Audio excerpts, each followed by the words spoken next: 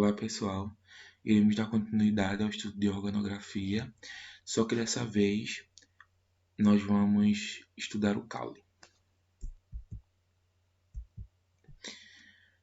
O caule ele apresenta duas funções primordiais, que é a função mecânica, onde ele dispõe folhas e flores em posição favorável de iluminação, e também para agentes polinizadores. Também a função fisiológica, que é onde ele vai auxiliar na condução das raízes para toda a planta.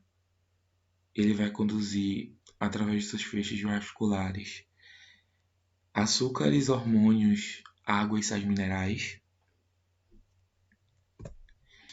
Temos a classificação dos caules quanto à sua ramificação.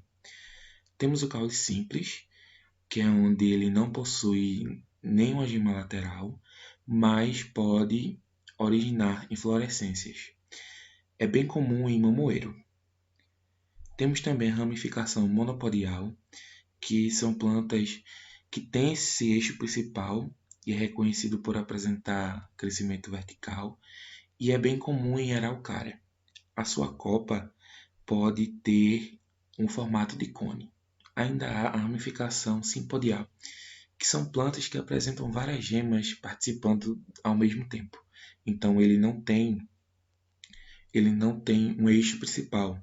Ele faz essa bifurcação e depois dessa bifurcação há mais ramos laterais e não há essa simplicidade em relação ao caule. É bem comum em jaqueira, por exemplo. Quanto à consistência, nós temos a classificação herbáceo, sublenhoso e lenhoso. No herbáceo, são caules flexíveis, terrosos, suculentos. O tecido de sustentação que predomina é o colênquima. É bem comum em gramíneas. Já no sublenhoso, são caules lignificados apenas na região basal, mais velha, junto às raízes e tenros no ápice. Ocorrem em muitos subarbustos, como por exemplo em arroz. Lenhoso. São caules rígidos ou flexíveis, porém consistentes. O tecido de sustentação predominante é a esclerênquima, com células ricas em lignina. Podemos citar como cajueiro.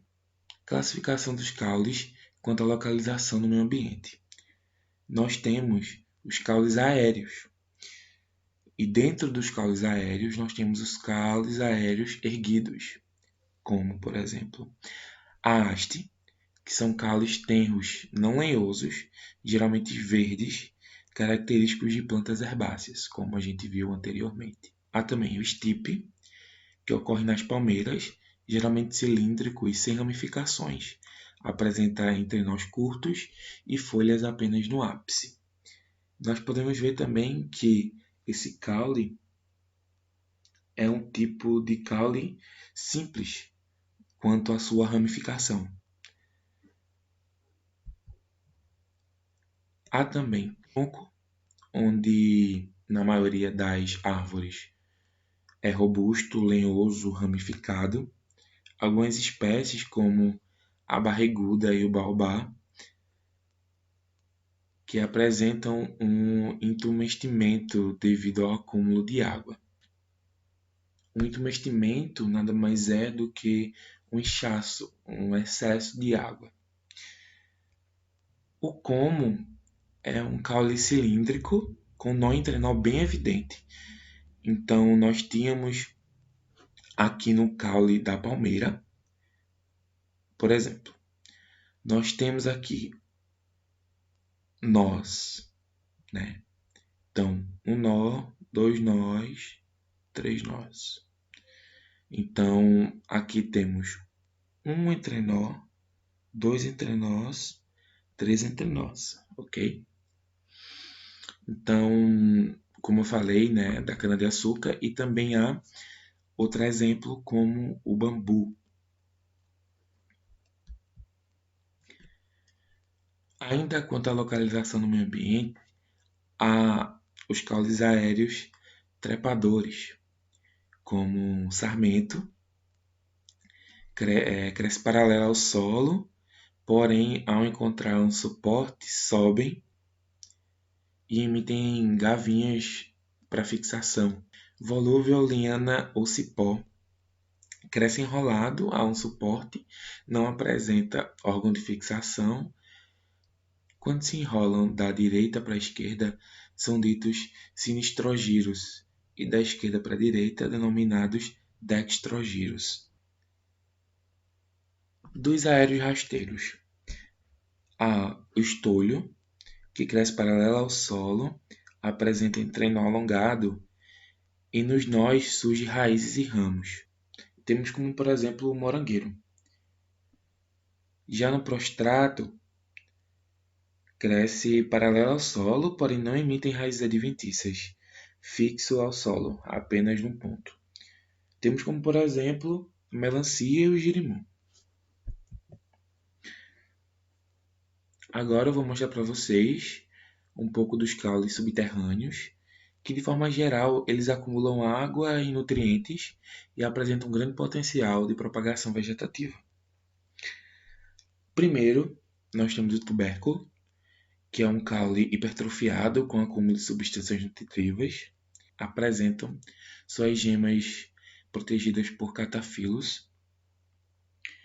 E um grande exemplo de tubérculo é a batata inglesa, rabanete, mandioquinha. Rizoma. Cresce paralelo ao solo, de forma horizontal. Emite raízes adventícias. Em sua maioria, apresentam ramificação simpodial. Um exemplo de rizoma que temos é a bananeira. Temos o bulbo, que é o caule reduzido a um disco com vários catafilos. Os bulbos podem ser tonificados quando esses catafilos mais internos recobrem os mais externos, que é o caso da cebola, ou escamosos quando os catafilos mais externos não recobrem totalmente os mais internos, como o bulbo do lírio. Aqui podemos ver o xilopódio, que é um caule encontrado nas plantas de cerrado, que após as queimadas eles rebrotam novamente. Sua estrutura pode ser formada por caule e raiz. Um exemplo de xilopódio é um embuzeiro. Finalizando os caules subterrâneos, temos o cormo, que é um caule envolvido por catafilos também, mas ele difere do bulbo por apresentar mais desenvolvimento e menos catafilos, e difere do tubérculo por apresentar uma base enlasquecida. Para os caules aquáticos, geralmente são caules herbáceos e ficam submersos nas águas de açudes e lagos. Essa figura é de um caule aquático de Elódia. As modificações caulinares. Nós temos caules suculentos, gavinha, tomácea, cladódio, espinho, pseudobulbo. E para começar, nós vamos no suculento.